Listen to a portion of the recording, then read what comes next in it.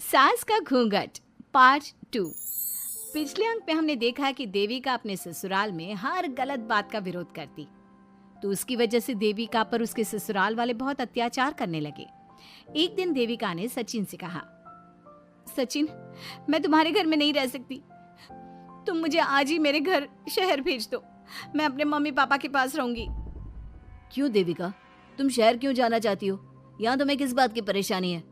किस बात की परेशानी नहीं है सचिन, तुम्हारे घर के आदमी औरतों के साथ जानवरों जैसा व्यवहार करते हैं, मैं ऐसे माहौल में नहीं रह सकती। देखो देविका, तुम्हें यहीं रहना होगा। तुम्हारी शादी मुझसे हो गई है, अब मैं तुम्हारा पति हूँ और यही तुम्हारा घर है। अच्छा, तो तुम्हें याद है कि मैं तुम्हारी पत्नी हूँ?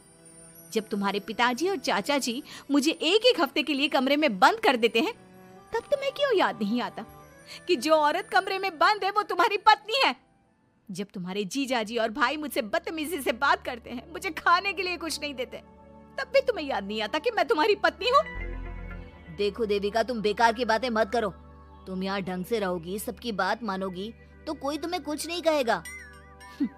इस तरह जानवर की तरह रहना, ढंग से रहना है तो सॉरी सचिन, मैं नहीं रह सकती, मैं आज ही अपने घर जाऊंगी। ये बोलकर देविका अपना सामान पैक कर लेती है और घर से जाने लगती है।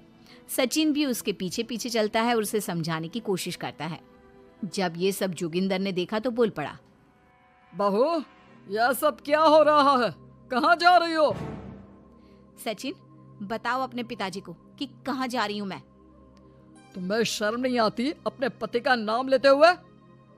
मैं अपने पति का नाम ले रही हूँ, इसमें आपको क्या परेशानी है? आपका नाम तो नहीं ले रही हूँ ना? देविका, ये किस तरह से बात कर रही हो तुम पिताजी से? जिस तरह से करनी चाहिए उस तरह से कर रही हूँ बात। इससे अच्छी तरह से मैं तुम्हारे घर के किसी भी आदमी से बात नहीं कर सकती।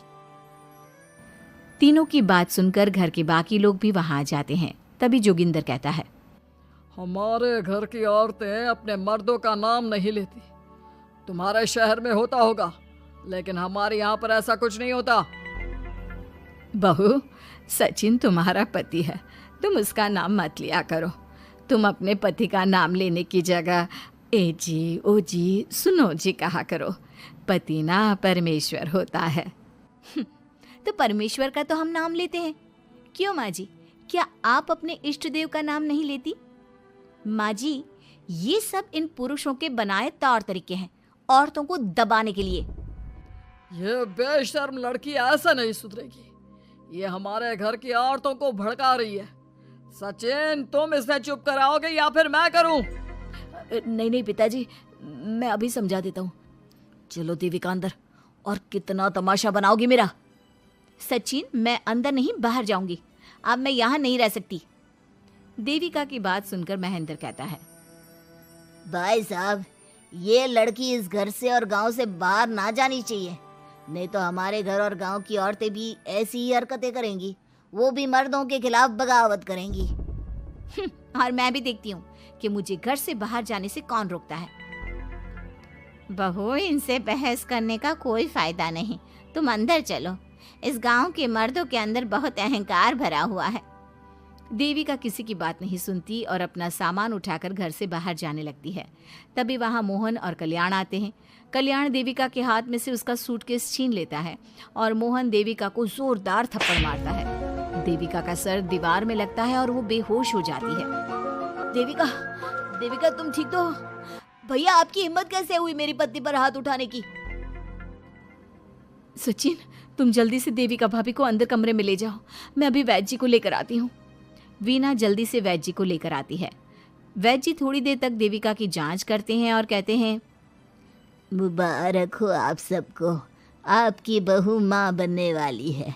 अभी तो मैं आपको दवाई दे देता हूँ, लेकिन आगे इनके इलाज के लिए आपको दाई अम्मा को बुलाना होगा। ये बात सुनकर घर के सभी लोग खुश होते हैं। देविका को जब होश आता है, उसे ये बात पता चलती है तो वो बहुत खुश होती है। वो सबसे कहती है, मैं अपने बच्चे को यहाँ नहीं रख सकती। क्यों बहू, क्या हुआ?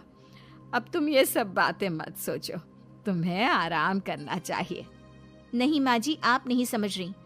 अगर मेरा बेटा हुआ तो इस घर के मर्दों की तरह अहंकारी और औरतों पर जुल्म करने वाला बनेगा। और अगर मेरी बेटी हुई